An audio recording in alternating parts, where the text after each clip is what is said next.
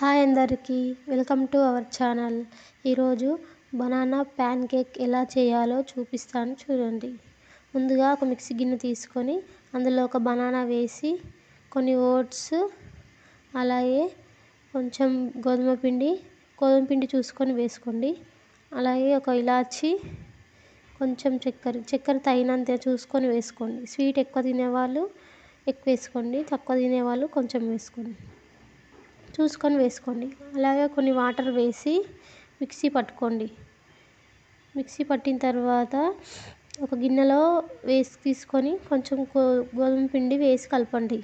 తర్వాత దోశ ప్యాన్ పెట్టి వేడయ్యాక కొంచెం నెయ్యి వేసి ఇలా చిన్న దోశల్లాగా వేయండి.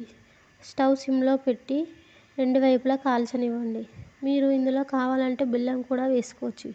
పిల్లలకి ఈవినింగ్ స్నాక్స్ లాగా పెట్టొచ్చు. అలాగే పొద్దున్న టిఫిన్ కూడా పెట్టొచ్చు, టిఫిన్ లాగా కూడా పెట్టొచ్చు. చాలా టేస్టీగా ఉంటాయి. కావాలంటే మీరు కూడా ట్రై చేయండి.